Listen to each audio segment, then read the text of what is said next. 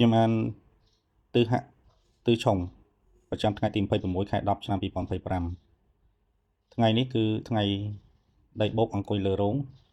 ហៅថាថ្ងៃនិកដី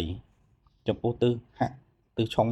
ទី1គឺទិខាងកើតជើងជើងកើតនិងត្បូងជើងកើតមានខាលមានថោះមិនរងជាទិឆុង3ត្រួតប្រចាំឆ្នាំ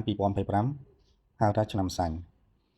ទី2គឺទិខាងជើងជើងជើងកើតនិងជើងជើងលិចមានកុលជូតឆ្លូវជាទិសឆុង3ត្រួតប្រចាំខែតុលាឆ្នាំ2025ជាខែចទី3ទិសខាងត្បូងត្បូងជើងលិចនិងត្បូងជើងកើតមានម្សាញ់ម៉ាមីម៉ាម៉ែជាទិសឆុង3ត្រួតប្រចាំថ្ងៃទី26ខែតុលាឆ្នាំ2025ហៅថាថ្ងៃនិកដីទិសឆុងប្រចាំឆ្នាំទិសកុលជើងជើងលិចទិសឆុងប្រចាំខែទិសរោងត្បូងជើងកើតទិសឆុងប្រចាំថ្ងៃទិសចជើងជើងលិចទិសហេងប្រចាំថ្ងៃទិសវកត្បូងជើងលិចនិងទិសខាងលិចជាទិសរកាដែលមានផ្កាយប្រគ្រោះ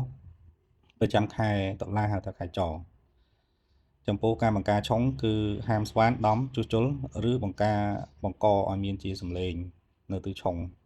បាទសូមចប់តែត្រឹមនេះចំពោះទិហៈទិឆុងប្រចាំថ្ងៃទី26ខែ10ឆ្នាំ2025សូមអរគុណ